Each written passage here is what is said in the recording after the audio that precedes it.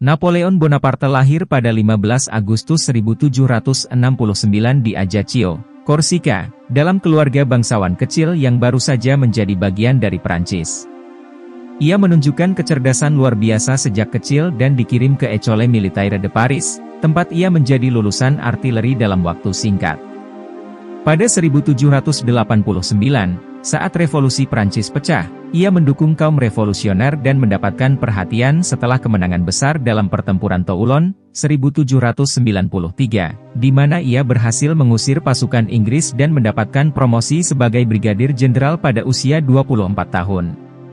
Setelah menumpas pemberontakan royalis di Paris dengan Wave of Grapechot, pada 1795, ia semakin dipercaya oleh pemerintah Direktori dan diangkat sebagai komandan tentara Italia pada 1796. Dengan strategi brilian, ia mengalahkan Austria dalam serangkaian pertempuran, termasuk Lodi, Arcole, dan Rivoli, membuatnya terkenal di seluruh Eropa. Pada 1798, ia memimpin ekspedisi ke Mesir, memenangkan pertempuran Piramida, tetapi kalah di pertempuran Aboukir akibat serangan Laksamana Horatio Nelson. Meski begitu, reputasinya tetap kuat, dan pada 1799, ia kembali ke Prancis untuk menggulingkan pemerintahan Direktori melalui kudeta 18 Brumaire, membentuk pemerintahan konsulat dengan dirinya sebagai konsul pertama. Reformasi hukumnya, terutama Kode Napoleon, mengubah sistem hukum Eropa. Pada 1804, ia memahkotai dirinya sendiri sebagai Kaisar Prancis, sebuah simbol kemandirian dari pengaruh gereja. Napoleon lalu menghadapi koalisi negara-negara Eropa dan memenangkan perang besar, termasuk pertempuran Austerlitz, 1805, di mana ia mengalahkan Austria dan Rusia dalam salah satu strategi militer terbaik dalam sejarah. Ia juga mengalahkan Prusia di pertempuran Jena Auerstedt, 1806, dan Rusia di Friedland, 1807, memaksa Tsar Alexander I menandatangani perjanjian Tilsit. Kekaisarannya mencapai puncaknya, dengan kendali atas hampir seluruh Eropa melalui penaklukan dan pernikahan politik.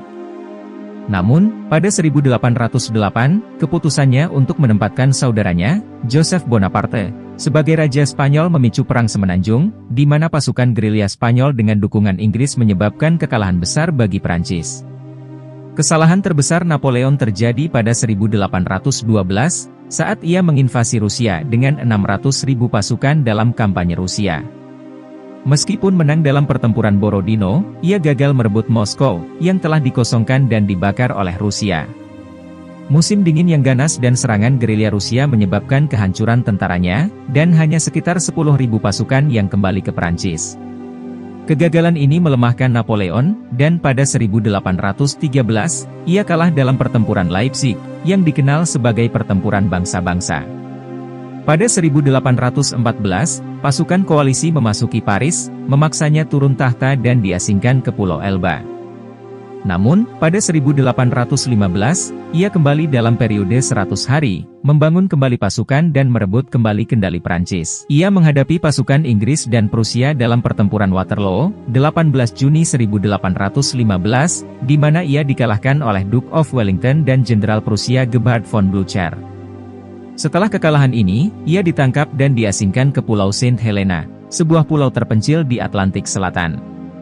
Ia menghabiskan sisa hidupnya dalam pengasingan, menulis memoar dan berbicara tentang bagaimana ia ingin dikenang dalam sejarah.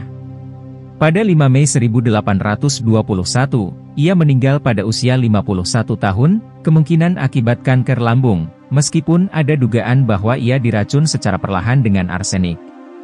Pada 1840, jasadnya dipulangkan ke Prancis dan dimakamkan di Les Invalides, Paris, di mana ia kini dikenang sebagai salah satu tokoh militer terbesar sepanjang sejarah. Napoleon adalah seorang jenderal dengan kecerdasan taktik yang luar biasa, tetapi ambisinya yang besar juga menjadi penyebab kejatuhannya. Warisannya tetap hidup dalam bentuk sistem hukum, reformasi militer, dan strategi perang yang masih dipelajari hingga saat ini.